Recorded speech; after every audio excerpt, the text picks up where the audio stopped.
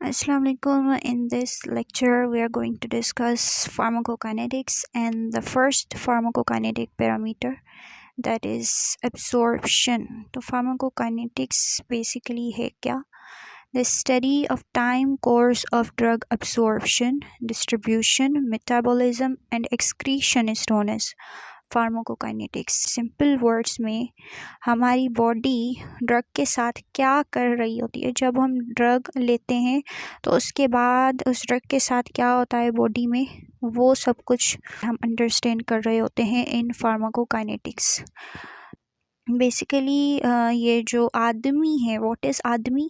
Absorption, distribution, metabolism and excretion. ये जो आदमी है ये डिटरमाइन करता है ड्रग का ऑनसेट, ठीक है, उसकी इंटेंसिटी और ड्यूरेशन को. ऑनसेट क्या है कि ड्रग कब काम करना शुरू करती है, कब अपना असर दिखाना शुरू करती है बॉडी में, वो उसका ऑनसेट कहलाता है. और इंटेंसिटी क्या है? Amount of drug delivered per unit time. यानी कि लेट्स सपोज एक ड्रग है, ठीक है, वो 1 आवर में कितनी डिलीवर होती है अपनी साइट ऑफ एक्शन पर, लेट्स से 10 मिलीग्राम, ठीक है. और वहीं एक और ड्रग है जो उसी 1 आवर के अंदर उसका डिलीवर होता है 20 मिलीग्राम, ठीक है. इसका कितना हुआ 1 आवर के अंदर 10 मिलीग्राम, और वहीं दूसरी ड्रग का 20 मिलीग्राम डिलीवर हुआ at its site of action. तो हम कहेंगे कि ये वाली जो ड्रग बी है इट इज़ मोर इंटेंस, ठीक है. तो ये होती है उसकी इंटेंसिटी. और ड्यूरेशन क्या है कि ड्रग कब तक अपना एक्शन शो कर रही होती है, the time period through which the drug is showing its therapeutic effect, या the time period during which drug continues to produce its therapeutic effect. यानी कि वो अपना इफेक्ट कब तक कंटिन्यू रखती है बॉडी के अंदर, उसको हम कहते हैं उसका ड्यूरेशन. तो ये सारी चीज़ें, ये जो आदमी है ये इन सारी चीज़ों से डील कर रही होती है. So the first pharmacokinetic parameter is absorption. Absorption drug की क्या होती है? The movement of drug from site of administration into the blood. यानी कि site of administration, let's say एक ड्रग है जिसको ओरल फॉर्म में लिया जाता है, एक टेबलेट है लेट्स से, तो उसकी साइट ऑफ एडमिनिस्ट्रेशन क्या है? ओरल कैविटी, ठीक है. तो वहाँ से उसका ब्लड में जाना, ये जो मूवमेंट है इसको कहते हैं एब्जॉर्प्शन.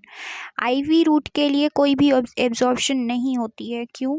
क्योंकि आईवी के अंदर ड्रग डायरेक्टली एडमिनिस्टर की जाती है इनटू द ब्लड, तो कोई मूवमेंट उसकी ब्लड के अंदर किसी और रूट से हुई नहीं, तो इसलिए आईवी रूट के लिए no absorption is required. Other routes जो होते हैं बिसाइड्स आईवी रिक्वायर एब्जॉर्प्शन, जैसे कि ओरल हो गया, इंटेरल, ठीक है. There are several factors which influence absorption of the drug, ठीक है. वो आगे चल करके हम डिस्कस करेंगे कि कौन से फैक्टर होते हैं. पहले हम ये देखते हैं कि एब्जॉर्प्शन का मैकेनिज़्म क्या होता है, किन किन तरीक़ों से ड्रग एब्जॉर्ब हो सकती है ब्लड में. एक होता है पैसिव डिफ्यूजन, जो कि हमको पता है कि ड्रग का हाई कंसंट्रेशन से लो कंसंट्रेशन में मूव करना without the expense of energy, इसको कहते हैं passive diffusion. Small hydrophobic drugs जो होती हैं वो पैसिव डिफ्यूजन से मोस्टली एब्जॉर्ब हो रही होती हैं.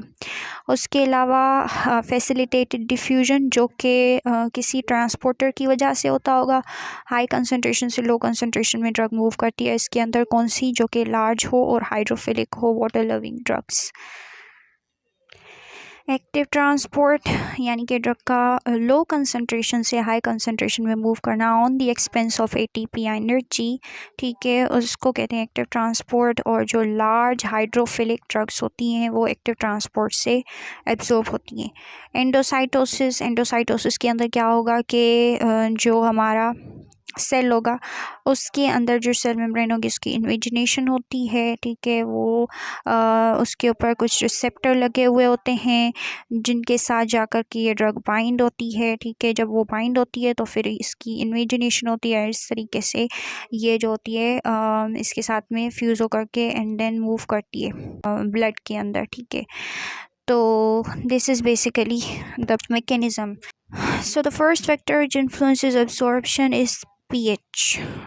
All the drugs are either weak acids or weak bases. कि तमाम ही जो ड्रग्स होती हैं वो या तो वीक एसिड्स होती हैं या वीक बेसिस होती हैं.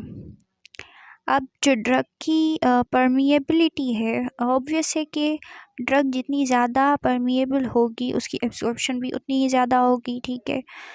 तो उसकी जो परमिएबिलिटी है वो हम कैसे पता लगाते हैं, उसकी चार्ज या अनचार्ज फॉर्म की रिलेटिव कंसंट्रेशन से। तो ये जो इनका चार्ज या अनचार्ज्ड फॉर्म की जो रिलेटिव कंसंट्रेशन है वो डिटरमाइन की जाती है एक तो pH से और दूसरा pKa से। So here is an example कि यहाँ पे let's suppose HA is an acidic drug. यहाँ पे ये अपनी अनआयोनाइज्ड या अनचार्ज्ड या नॉन पोलर फॉर्म के अंदर है, राइट। यहाँ पे ये आ गई अपनी आयोनाइज्ड फॉर्म के अंदर। जो ड्रग होती है ना उसकी मैक्सिमम अब्सॉर्प्शन होती है अनआयोनाइज्ड फॉर्म में, ठीक है। तो हमें क्या करना है कि इस ड्रग को इसकी पोलर फॉर्म से नॉन पोलर या अनआयोनाइज्ड फॉर्म के अंदर लेके आना है। तो उसके लिए क्या करेंगे, प्रोटॉन की कंसंट्रेशन हमें बढ़ानी होगी। और प्रोटॉन की कंसंट्रेशन कैसे बढ़ा सकते हैं, ड्रग को आप रखते हैं एसिडिक इन्वायरमेंट में। वाई, बिकॉज एसिडिक इन्वायरमेंट में हमें पता है कि प्रोटॉन ज़्यादा होते हैं। तो हमें ड्रग को अनआयोनाइज्ड फॉर्म में लानी, क्योंकि अगर आपको याद हो कि आपने केमिस्ट्री के अंदर पढ़ा होगा कि रिएक्शन को रिवर्स करने के लिए आपको एक साइड पे कंसंट्रेशन इंक्रीज़ करनी होती है। तो अगर हमें रिएक्शन को इस साइड, लेफ़्ट साइड मूव करना है तो हमें इस साइड की कंसंट्रेशन को बढ़ाना होगा। So if we increase the concentration of proton over here then the reaction will move to this side.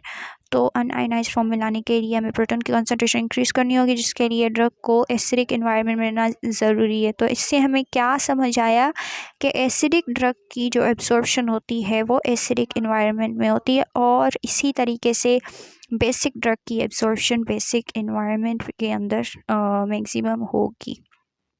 So this was basically the effect of pH over the absorption of the drug.